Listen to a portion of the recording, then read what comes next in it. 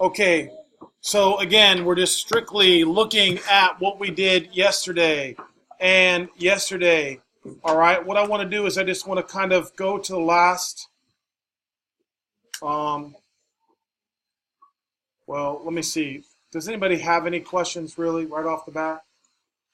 All right, let's look at this. Go to the skill practice. I just kind of did this with my first period class just to make sure it was okay. All right, I want you to double check your work right now. What? Take care of business, remember? That's your job. All right, so for question number 2, you just double check to see what you have right now. Look how simple. 0, 4, -4, -4, -2, 3, and 4, 0. Now, be careful how you graph 0, 4. 0, 1, 2, 3, 4. -4, -4, -2, +3, 4, 0. Does everybody see that? Yeah, that's not hard. That's not hard. Does anyone have an extra stylus at the model? Mine broke it up before. Thank you. We got it. I appreciate it. Like I said, she's ordering some more stylus. We're looking into trying to find some that aren't as cheap. Yes. So here we go. Now, I want everybody to kind of scroll down here. Let's look at this number 4. I just want to make sure you're okay. It says, the more hours Maribel works at her job, the larger her paycheck becomes. Are you hearing me? Right? So the hours is considered the what? Independent. Because you can work as many hours as you want, right? When you work your hours, that depends on how much you're going to get paid, right? Right? So your paycheck is the dependent, and your hours is the independent. All right, for number 5. When you increase the price of something, it decreases, we say, the demand. All right, this is something basic in economics you'll learn, supply and demand. All right, if you increase the price, then fewer people can what? Buy it. In other words, the more expensive something is, the less people can buy. All right? So, in this case, the price is your independent, and the amount of people who can buy it is what? Depends. I'm okay with that. All right? Now, the next worksheet, I just went ahead. I knew my last class was good at plotting points. All right, so I'm just going to review with you here a mapping. Now, remember, in this book, they don't think when you make a mapping, you have to put the numbers in order. I just have been trained to do that. So if you put the numbers in order, that's still correct. If you don't put the numbers in order, that's still what? Correct. I don't care. I really don't care. I have been trained that you always write numbers in order from small to large. So that's how I do it. All right, is everybody with me? So this was considered the mapping. D is considered the what? And R is considered the range. All right, does anybody have any questions? Like I said, we're not going to spend much time on mappings for sure. All right, but you are going to have to graph points and write in a table. All right, is everybody okay with that? Now, listen, does anybody really have any other questions, or I'm ready to go on to the next lesson? You good about going on to the next lesson? Right? Does everybody agree that was kind of easy, right? Just mostly vocabulary. All right? So now, let's take a look at 1-7. All right? Now, today in class, I did the first worksheet with the other algebra class. So with you guys, we're just going to come down here. All right? Now, a relation, again, is just a set of ordered pairs. A function is a special relation. All right, and functions are so important, they've named a whole math class called the analysis of functions. All right, but you'll take that when you're like a sophomore or a junior. All right. Right now, we're going to just do the very basics. All right, and we're going to try to define what a function is. All right. The easiest explanation for a function is this. All right. When all of the x values have a single y value. All right. Now notice what I'm trying to say. Look at number 1.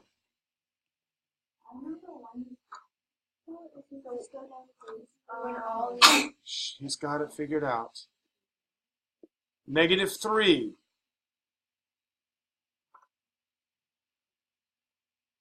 All right. It's mapped to 0. Right? -2 goes to what? 3. 1 goes to what? -2. And 5 goes to 3. So is that a function? Yes. Because every x has exactly 1 y. Every x has exactly 1 y. Now I'm going to show you an example now. Number 2. All right. Watch. You'll see. Is 2 considered a function? All we have to do is we have to look at the x values. Are the x values different? No, This is not a function. Right, that's exactly right. It's not a function because 1 can go with -5 or what? -2. So it's not a function. Every x must have its own y. All right?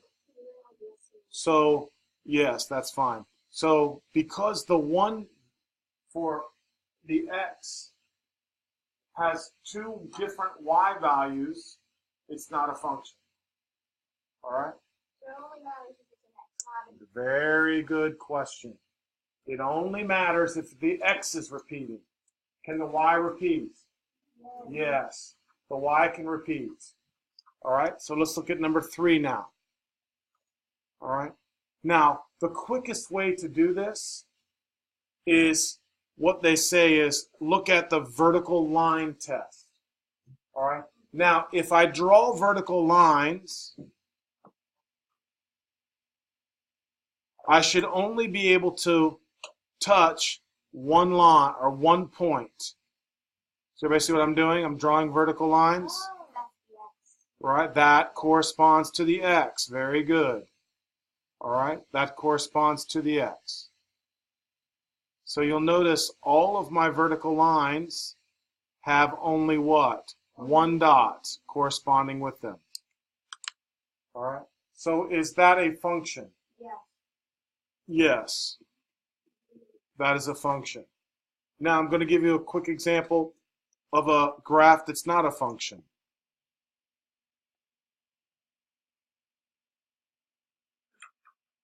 That's not a function. Oh, yeah, because if you were to do a line. Right, exactly right. If you draw a vertical line, it will touch it what? It will touch it 2 spots. All right? So you would say it's not a function. Is everybody pretty good with that? Everybody great? It's really easy. Really easy. I'm a little bit confused with the What are you having trouble seeing? which see how which ones are X's. So it's if they're on the same line. See this intersection right here? Yeah. And this intersection right here? Yeah. So for each x, it has 2 different y values. Oh. So it's not a function. All right, I'll give you another example. Is this a function?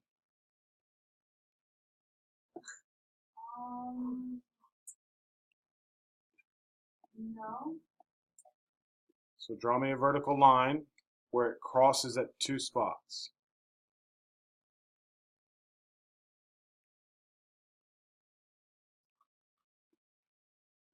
Does that vertical line touch at 2 points? See how it's moving? Does it cross at 2 points? Yeah. Where? When, actually, no. It does not. All right, is everybody good with that? Yeah. All right. Now, I kind of like that up here, so what I want to do is real quick, I just want to show you this. So if I take this vertical line and slide it down, it touches each dot only what? Yes. Right? Let's say there was this right here, a dot right there. Now is it a function? No. Because that vertical line hits what? Did I see that now? All right, that's how simple it is. All right, the x values cannot repeat.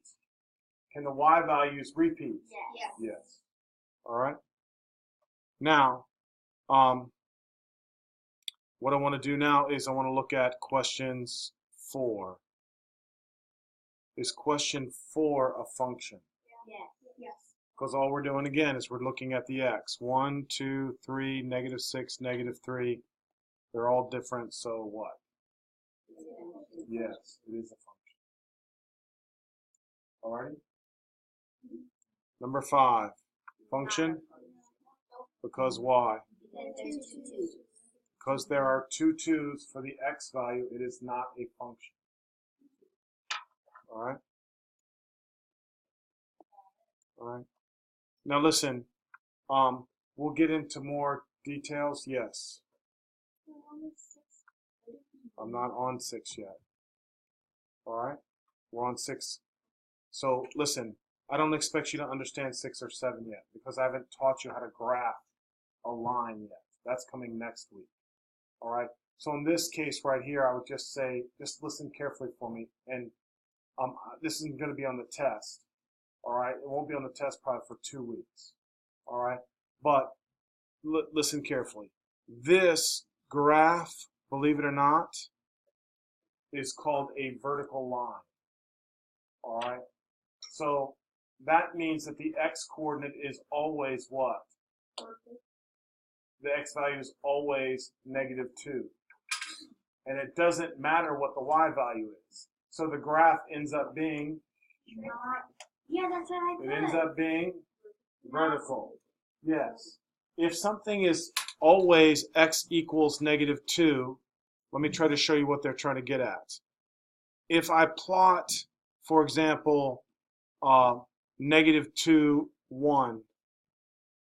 If I do -2, 2. If I do -2, 3. Does everybody see that x is always what there? That x is always -2. So if the x is always -2, is it a function? No. No, it is not. All right, so it's not a function. That's why it's a vertical line. And again, like I said, I'm just trying to show you. All right, this isn't a big deal right now. It'll be a big deal in 2 weeks. What? So for number 7, all right, what does y equals 2 mean? It's a horizontal. That, yes, that the y value is always what? 2. The y value is always 2. So if you're going to represent y equals 2, it would just be all of these points have a y value that's what? 2.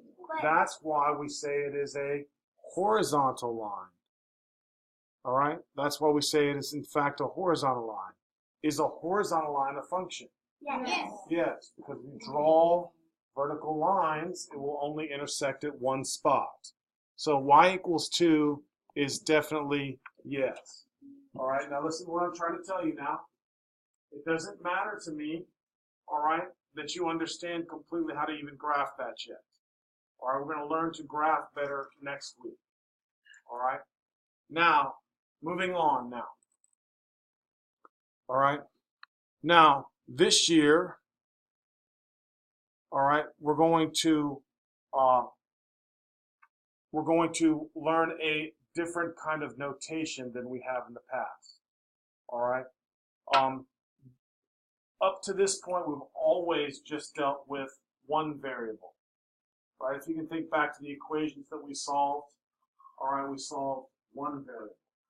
All right. Now we're going to have two variables. All right. And for the two variables, here's what I want to show you. It's going to be something like y equals 3x minus 4. All right. Or it could be something like y equals x squared plus 2, something along those lines.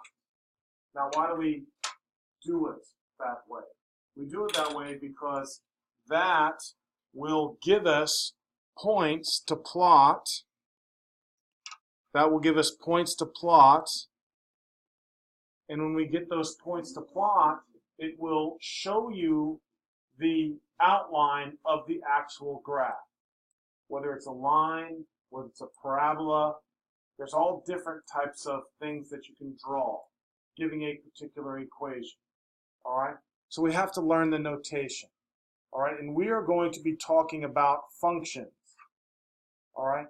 Now, in the past, all right, people used to write as, for example, y equals 3x minus 4. Then somebody came up with a different notation because the notation will allow you to see what numbers you're talking about. All right? Now let me give you an example. If I plug x, and I just need you to listen, if I let x equals 1, what would y equal in the first equation? Yeah, everybody knows that, right? -1, because you plugged 1 in. When I plugged 1 in, I got 3 times 1, which is minus 4, which is -1. So the ordered pair 1, -1 is on that graph. Does everybody understand that? That's not that hard. All right. Now, how many points are on that graph? A whole bunch. An infinite amount, actually. All right. So if I wanted to find another point on the graph, we could just say, well, let's let x equal 2, maybe. If I let x equals 2, then y would equal what? 2. Y would also be 2. Because 3 times 2 is 6, minus 4 is 2. Which means that what? 2, 2 is on the graph. Everybody okay with that? All right. Now, the main thing is, now that you understood that, I'm going to change something up. All right. Now, instead of writing it as x and y, they want you to write it like this. All right. I'm going to slide this over a little bit. Instead of y, I'm going to write, and you don't have to write this out yet. Just pay attention. I'd rather you listen to me.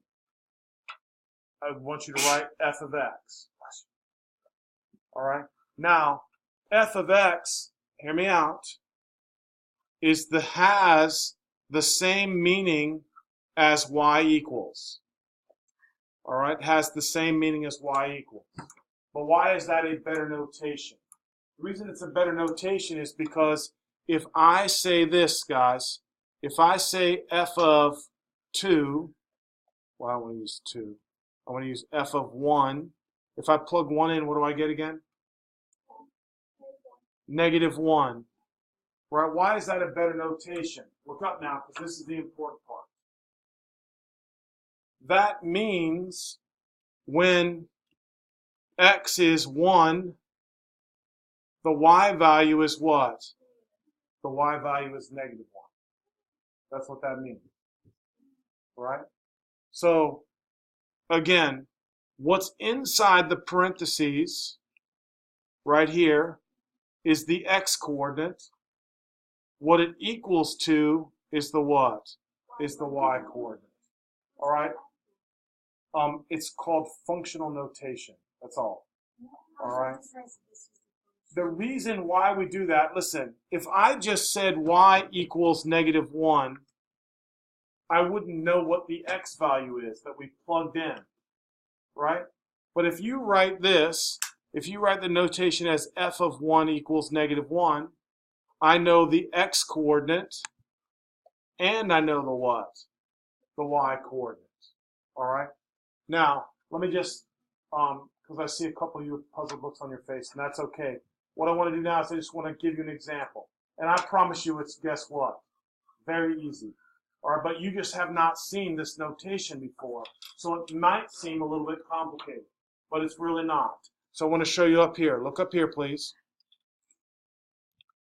So what I want to do now is I want to highlight something for you. And again, I just prefer that you listen. There's an F and there's a what?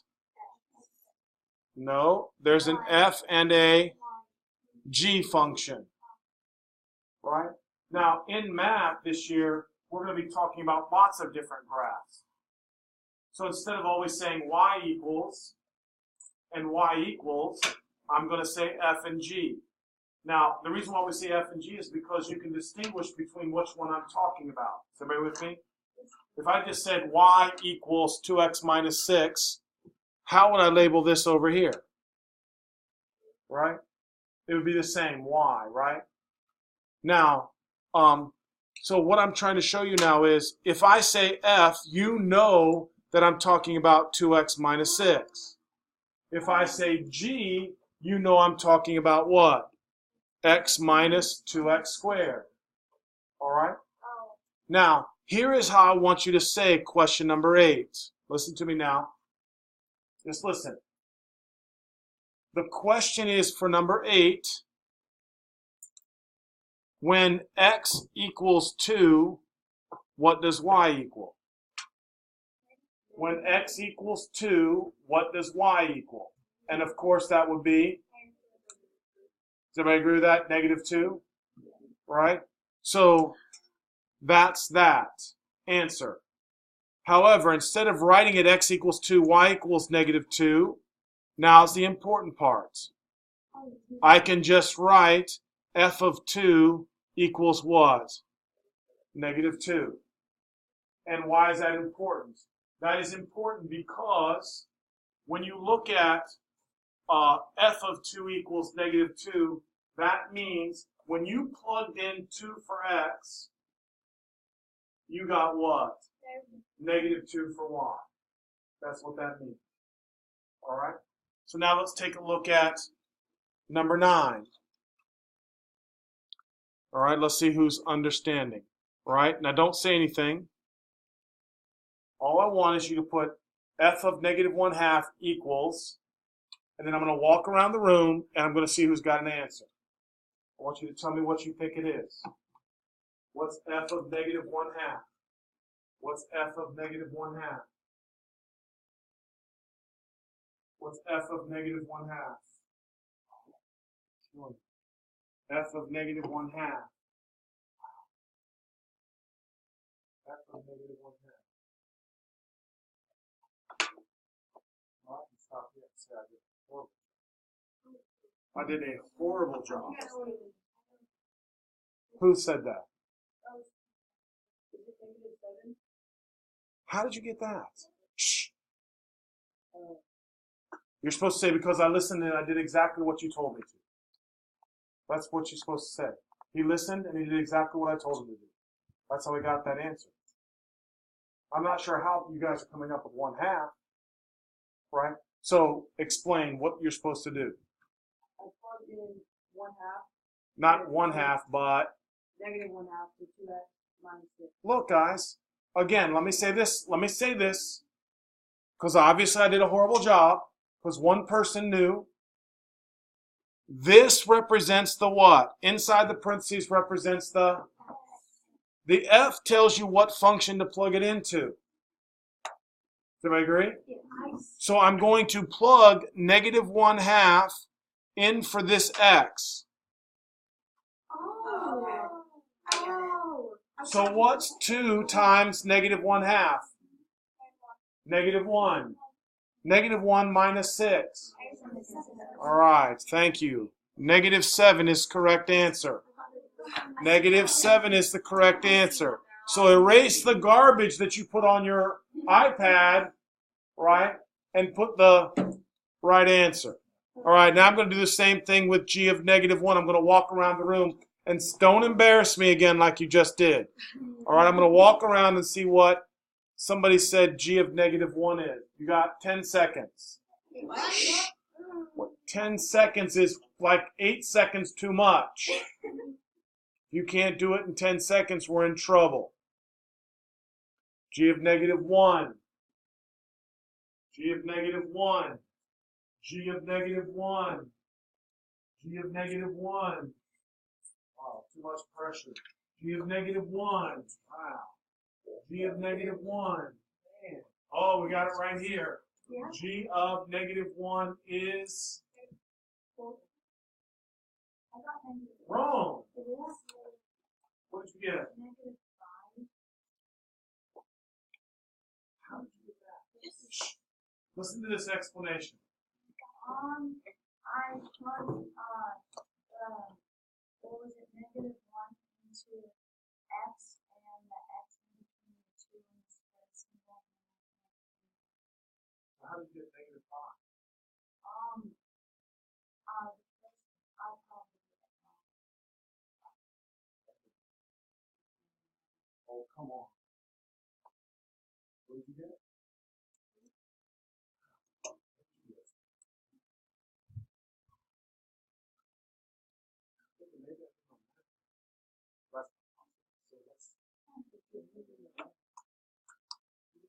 No one just did it. I don't know. What did you get? I know. Half. How are we getting negative I 5? don't know. I first told us to.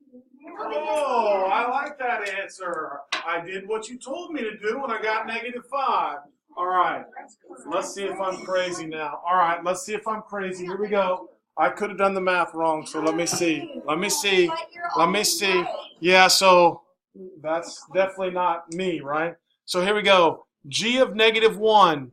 That means to plug negative 1 in for what? X. Into what function? G. So here we go. Let me do it in slow motion for you. You ready? Here we go. Uh-oh. Here we go. G of negative 1 means negative 1 minus 2 times negative 1 squared. Did anybody do that? Oh, you did that. Oh, you did that. Oh, you did that. Good. So if you did that, you just don't know your arithmetic. That's all. All right, it's no big deal. What's that? Negative 3 to the second power. What are we doing? Negative 3 to the second power. All right, let's go back to the very beginning when we were doing PEMDAS and we were doing order of operations. Here's what we got. I would probably do the what first? I would probably do what's inside the parentheses, but there's just a number there, so nothing I can do. So after parentheses, I would do the exponent. Wow, I see your mistake. Negative 1 squared. That's a problem. Yes, I see your mistake. Negative 1 minus 2 times 1. Negative 1 squared today is 1, right? Now, after that, we do multiplication. This is where some of you went wrong. 2 times 1. Wow. Negative 1 minus 2. What are we, what's the problem? I have no idea. What is the problem? I do. I know what I did wrong. Yeah, you had that. Oh, okay, okay. Me too, me too. I had that. Well, I always had that because I was always right. All right. Here we go. All right. Uh-oh, uh-oh. Oh, now, I know this is impossible because this is a fraction. And so you couldn't do negative 1. There's no way you can do negative 1/3. So, here we go. Try and see. Okay, you just have to give me time, okay? You have to give us time. All right, you got 10 more seconds. You're welcome. I can't do it. I know some of you just keep putting 1/2 down, and eventually 1/2 will be an answer, and you'll go, "Wow, I'm so smart." Okay. All right. I've got my setup set. Okay. 5 seconds. We're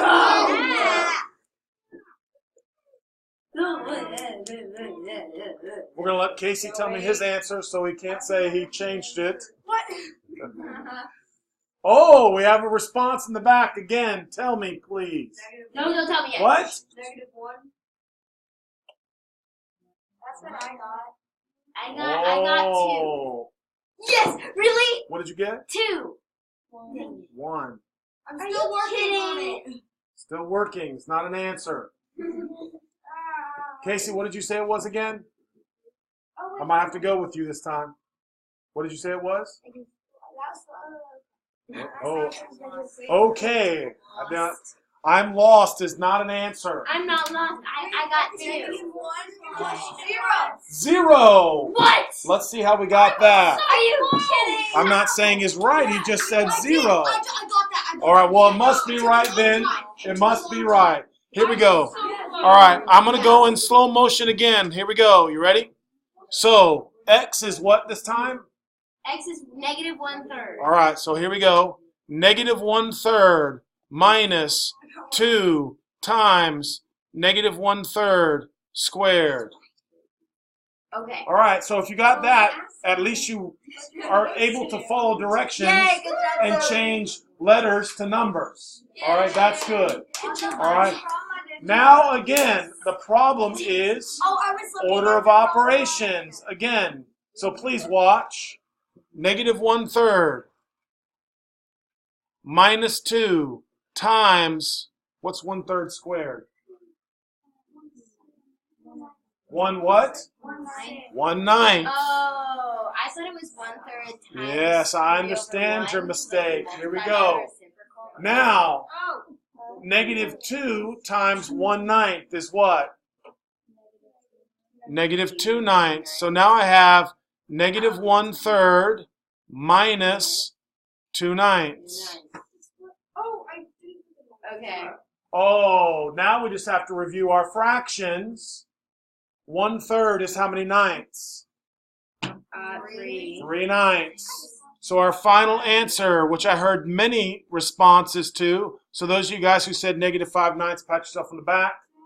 That's another job well done. But I thought you said it was 0. Well done. Wow.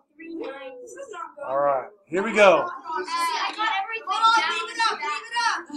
I got everything down to a certain point. Did anyone get that answer? Me. Wait, no.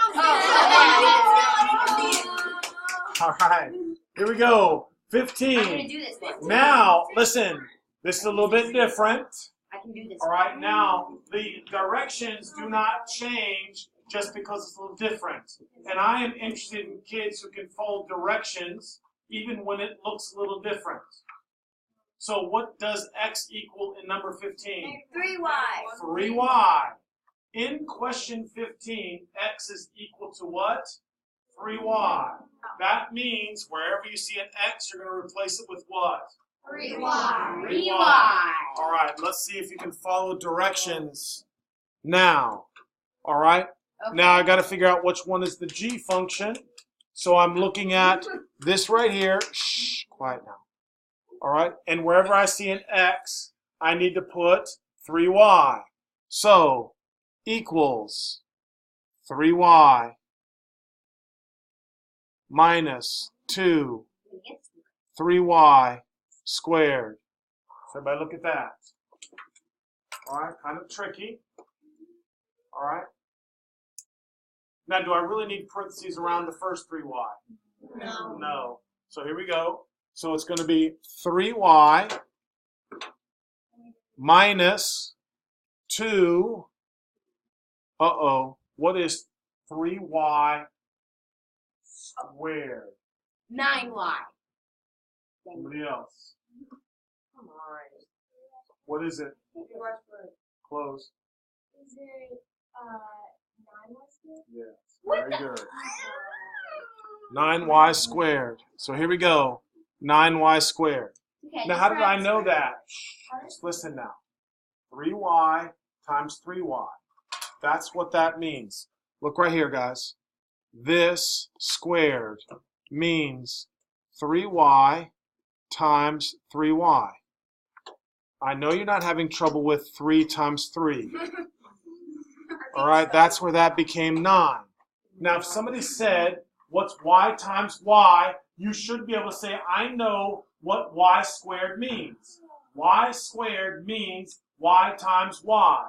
Therefore, y times y means y squared. All right, that you should be able to wrap your mind around simple. Y squared means y times y. Therefore, y times y means y squared. All right, you can use them interchangeably. So now, 2 times 9, that's your answer. 3y minus 18y squared. All right? So the square somewhere goes away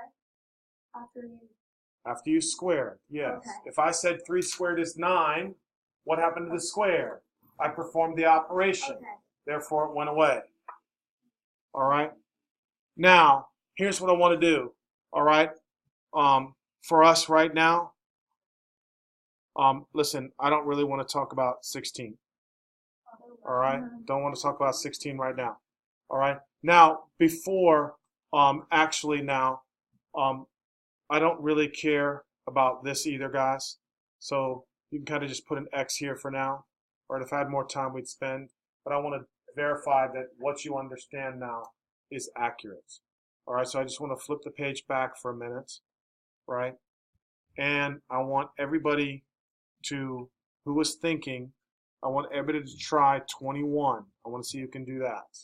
All right, quiet. All right, I want everybody to try 21. All right, so scroll back to the page before. And please, think for 10 seconds. All right, and see if you can come up with an answer. All right, don't just, put a little thought into it.